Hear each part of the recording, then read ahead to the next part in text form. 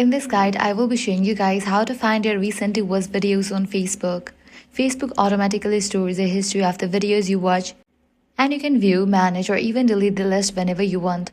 So launch Facebook, click on three bars given at the top left, head over to the option Settings and Privacy, click on Settings. Once you're in this page, different sections will appear.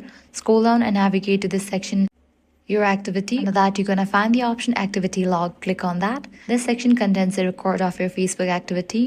Now click on this option of Facebook Activity. Now go ahead and click on the option Manage Post. Click on the option Filters. Click on Categories. Now select the option Videos you have watched. You'll now see a chronological list of videos you have recently watched, including the date and time. From here, you can clear your entire watch history by tapping Clear Video Watch History, or remove individual videos by tapping three dots next to the video and selecting Delete. This makes it easy to review or manage your Facebook video watch history whenever you need. If this guide was helpful, do not forget to like, share, and subscribe.